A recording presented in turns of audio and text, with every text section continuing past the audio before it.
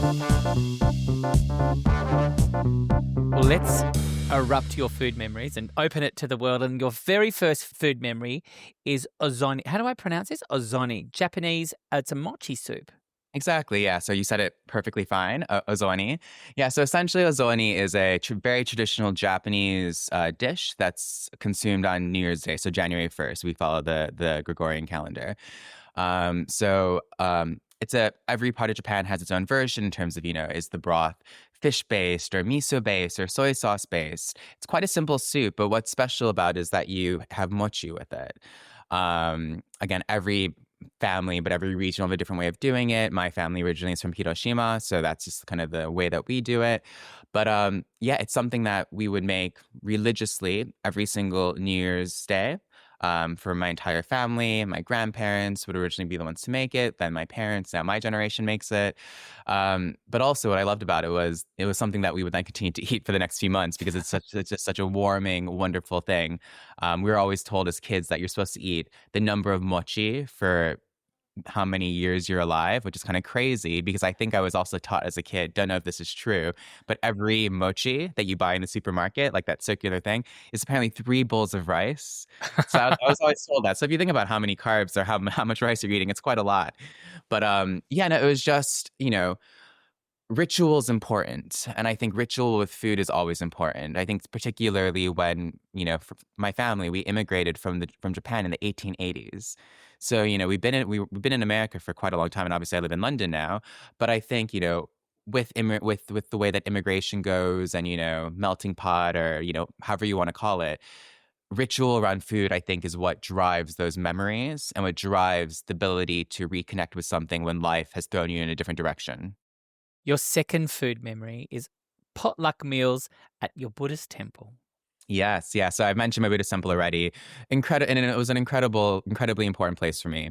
My grandparents and my great aunts and uncles were a part of that temple in terms of literally building it after the war in Chicago. My parents got married there. One set of grandparents got married there. My husband and I had the first gay wedding there. Grandparents' ashes are there. So it's a big part of myself and my family.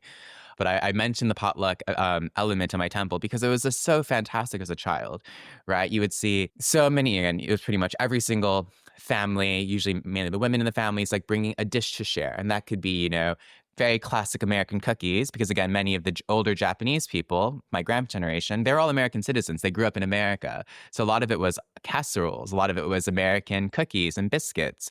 A lot of pickled vegetables, fried chicken. Maybe someone got sushi from a takeaway. And what I loved about that was, again, obviously the variety, just seeing how people cook, how people present things.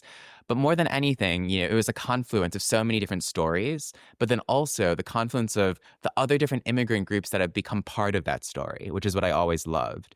After the war, when Japanese in large numbers were in Chicago as one of the safe cities to live in after the war ended, a lot of Japanese gravitated towards Chinese people for kind of obvious reasons, similarities in food. There were more Chinese established in Chicago. So Chinese people, but also food elements, very quickly became a part of kind of my Japanese American dinner table. And not just because I have Chinese and Hawaiians and Filipinos in my family now, as well as white people, but it was so cool as a kid to see like, oh, there's wontons there.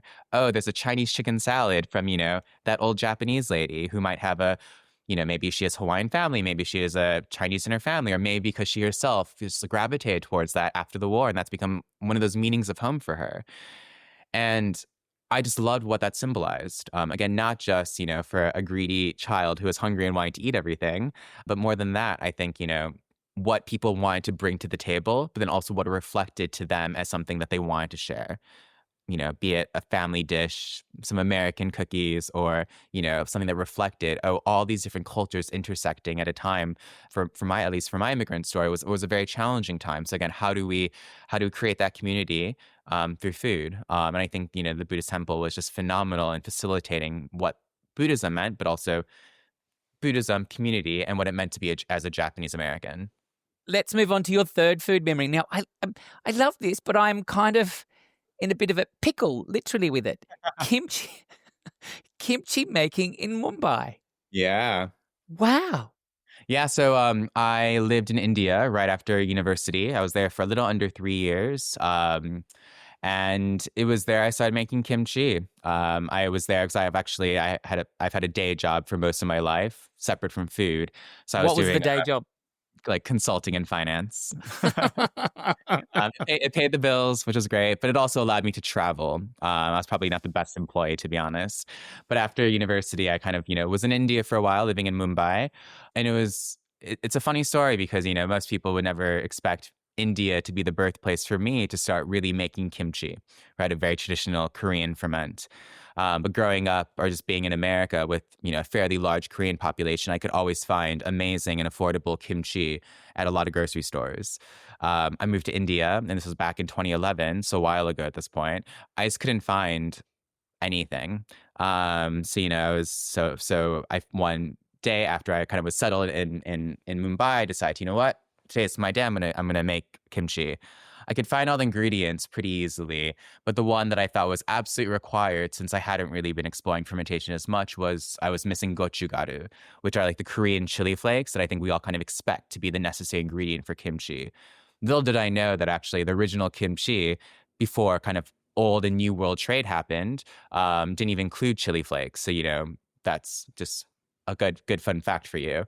But I was kind of going through my flatmate's pantry, found his masala dabba, so it's like, his like spice container. I found Kashmiri chili, and I was like, you know what? I tasted it. It's not so spicy. It's a bit floral. Let's make it work. And it did. And a few hours later, I had, a few jars of kimchi kind of bubbling away in the Mumbai sun. Because again, things obviously ferment faster when it's hotter. But what I so love about kind of that experience was, a few different things. Number one, I think it really reinforced for me the importance of locality. And, I think, yes, we live in this wonderful age that we can order anything that we want and get it, hashtag globalization. But I think, there's something so wonderful about, okay, great. Here's a traditional process. Here's a recipe I hold dear. But let's think about how I can adapt it based on literally what's at my doorstep. And I think, we often don't do that because we have the ability to buy anything we want.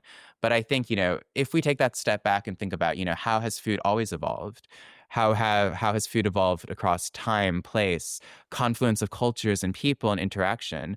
It's through those changes that I think, food memories, but also, what is authentic, quote unquote, really does evolve in a really nice way. So I think that was number one. Number two, I think it also really taught me a lot about, again, how environment affects, fermentation. Mumbai is generally a bit warmer than London, so things move faster. Again, a reflection of the microbes on the vegetables and also a function of the temperature. And I think those two things, again, just, food is a reflection of time and place and locality and access, is one of my grounding principles as to how I approach food. And kind of that kimchi making experience in Mumbai, whilst kind of a far-fetched inflection point to really inform how I do things, really left that impression on me. And just reminded me that, this is not unique, meaning, there's timeless and countless times where people move for whatever reason, want to recreate something, but don't have access. But then through that innovation and through that creativity, something else cool is created. And I think that's the beauty of food.